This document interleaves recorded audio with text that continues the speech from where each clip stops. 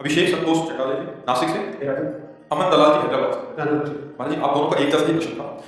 गुरुदेव, इनका भाव महाराज ये है कि अभी हम भजन मार्ग पे चल रहे हैं, कुछ समय से 10 रुपये आदि सब छोड़ दिया, वृंदावन आने का मन भी होता है, बट हमारे माता पिता कहते हैं कि हम संसार के हिसाब से 1-2 घंटा पूजा करें, भोगें, जीवन सही से व्यतीत करें, ज्यादा करेगा तो सन्यासी बाबा बन जाएगा आगे चल के। तो मतलब इनका ऐसा नहीं, ऐसा तो नहीं कि सन्यासी बाबा बन जाएगा, अरे बहुत अच्छे गृहस्थ बन जाओ, एक बहुत अच्छे गृहस्थ। देखो, वही माता पिता परिणाम बिल्कुल होता है, बहुत मेहनत करके अपने बच्चे को पालते पोषते हैं, बड़ा करते हैं, पढ़ा लिखा करके उसको अपने जीवन के पूरे अमूल्य श्वासों को उसके लिए।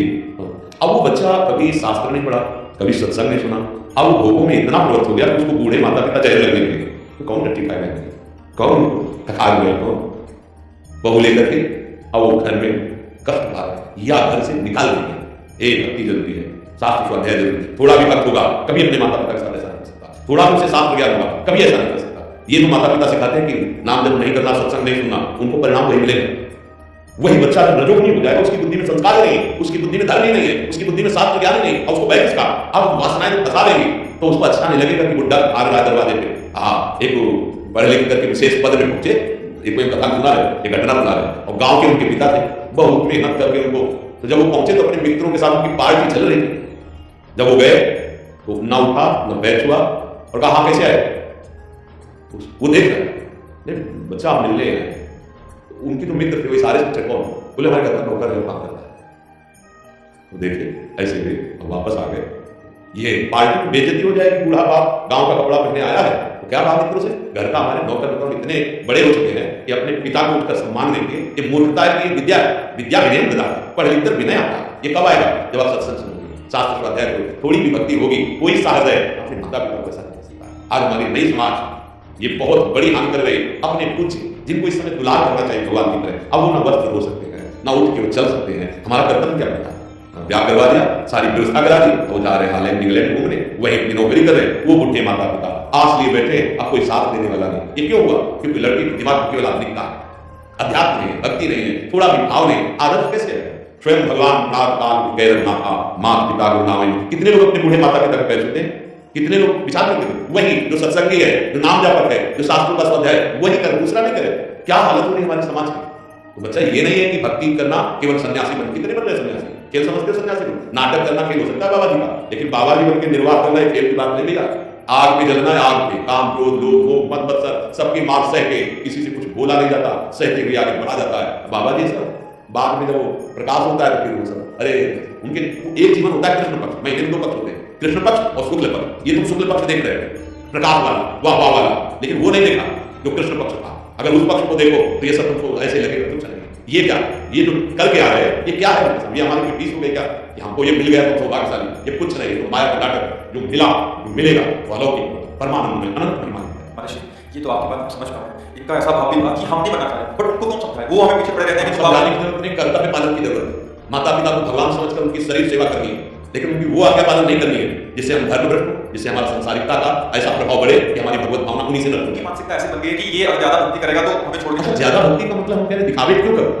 आप समझो, जैसे आप एक पत्नी हो किसी की, आप बहू हो किसी की, या बेटा हो किसी की, ज्यादा दिखावे करने की आवश्यकता नहीं। अगर आप राधा राधा करने पर पहुंच जाने को बताओ, आप 10 मिनट, वो कह रहे घंटा 2 घंटा कर लो, अरे बहुत बड़ी कृपा कर ली।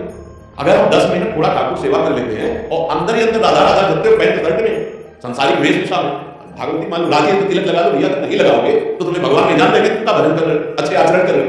हमें लगता है कि अपने परिवार का मानसिक बैलेंस ठीक करने के लिए अगर वो विरोध करते हैं, बाहरी को ज्यादा फैलाव कर रहे हैं, उसे नहीं करना चाहिए।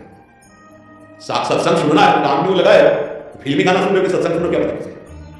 हाँ, आपको बताना नहीं सत्संग, अगर उनको विरोध है ज्यादा सत्संग सुनेगा तो बाबा जी बन जाए, आपको बताना नहीं कि क्या है। हमको अगर वास्तविक भक्ति करनी है तो सच्ची मानो लंका में रहकर भक्ति की विभूषण, जहां कोई निशाचर कहीं कोई एक भी सपोर्ट करने वाला है, एक भी कोई सपोर्ट करने वाला नहीं विभूषण का, वहां महान भक्ति कर गए, हम अपने घर में रहकर भक्ति नहीं कर सकते, हम बिल्कुल नहीं दिखा पाएंगे। हाँ, अगर हमारा बिल्कुल सत्य बात, अगर हम पवित्र आचरण कर रहे हैं, नाम जप कर रहे हैं, तो कौन जानता है कि स्थिति कहां। पर अगर हम बाहरी दिखाओगे तो लगेगा सन्यासी हो जाएगा, पर हम ये कहते हैं सन्यासी होना कोई खेल नहीं। ऐसे कभी कोई कदम बढ़ा नहीं देना, क्योंकि उसके लिए जो चाहिए वो जब होगा तभी साधना सफल होती है। नहीं तो अगर हम देखी दिखाया ऐसे सुना के तो निर्वाह नहीं हो पाएगा। जब 4 दिन भोजन नहीं मिलेगा और अंदर विकार और ऊपर से गाली, तो यही लगेगा नहीं चल रहा है इस मार्ग में, है नहीं? और जो ये देखते होते हैं कि बड़ी सुविधा बड़ा है, वो कोई साधुता है क्या है? केवल इसके लिए, केवल खान पान सुविधा के लिए अगर भेष रख लिया जाए तो धिक्कार है। इससे तो अच्छा है रिक्शा चला के लेबरी करके रूखा सूखा खा के धर्मपूर्वक चलो तो आगे उन्नति हो जाएगी। वेश इसलिए नहीं रखा जाता सुविधाओं के लिए, भेष जब रखा जाता है तो प्राणों को पहले अर्पित कर दिया जाता है। नारायण कठिन हरि मिलन की बात आने पर पीछे धरे प्रथम शीश देखा मैं मरा, अर्थात अब कोई मुझे प्राप्त नहीं कर सकता, हर कष्ट सहूंगा, हर विपत्ति सहूंगा, जैसे शपथ करके दिलाई जाती है। ऐसे संन्यास ये होता है, दिगंबर करके गंगा जी खड़ा करके गुरु पूछते तुम्हारा कौन? बोले भगवान नारायण हरि के सिवा कोई नहीं। अब लंगोटी पहना के जीवन भर इसी का निर्वाह करना, कोई हारा नहीं, और निरंतर भगवत चिंतन करना बहुत कठिन। भाई तेरे महीना को महीना संयम से रखा जाए तो भी बड़ी चिंता होगी। आजीवन साधु का जीवन ऐसा कि जैसे 50 वर्ष हुए कोई गलती नहीं, पूरा जीवन सही नहीं, और 5 मिनट में अगर गलती हो गई तो कोई बर्दाश्त नहीं करेगा। इसने जीवन भर संभाला, 5 मिनट चूक हो गए कोई नहीं बर्दाश्त करेगा। अपनी हम 1000 गलती क्षमा कर सकते हैं, लेकिन अगर उसे 5 मिनट में गलती हो, चूक है, जैसे दौड़ने वाला है, लड़का के गिर है, कोई बर्दाश्त नहीं करेगा। संसार में बर्दाश्त करेगा नहीं, बहुत कठिन मार्ग है। साधुता का मार्ग है कि हम अच्छे हैं, से काम नहीं चलेगा। तुम्हारी कोई भी चूक किसी की दृष्टि में अगर आई तो उसकी श्रद्धा नष्ट होगी। आजीवन समाज की श्रद्धा की रक्षा और अपना एकांत पवित्र भगवत चिंतन पर आए, आजीवन बहुत कठिन बात है। साल 6 महीना नियम से चलना, चलो वह निर्वाह करने। इसीलिए हम सबसे कहते हैं सोच समझ के हमारा जो जीवन मंगलमय कटेगा वो साधुता का मार्ग बहुत कठिन मार्ग। गृहस्थी आप पाड़ी गृह संस्कार कीजिए, संयम से रहिए, खूब धन कमाइए, सबकी सेवा कीजिए, और मुख में नाम चल रहा है आपको वही गति मिलेगी जो एक महात्मा। पर 2 मार्ग है, एक विरक्ति है, एक गृहस्थी। अब हम लोगों की जैसे बचपन से भाग्य रचना में है कि विरक्त मार्ग में चलना है, तो इससे क्या हुआ, जो मिला वो आपको दे दे। आए तो समाज में ही, आए तो आपके बीच में ही, जो मिला ये लो रखा बदल दो, वही आपको मेहनत से कमाए, सबकी सेवा और नाम मुख में चल रहा है, दिखावे की जरूरत। अब जैसे बहुए हैं, अब वो घंटों आरती और पूजा इसमें समय लगाएंगे। अब पति को जाना है ड्यूटी, अब उसको चाहिए टिफिन, बच्चे को, अब वो कह रहे हैं हमारी पूजा विस्तार की भैया तुम्हारी पूजा विघ्न युक्त हो जाएगी।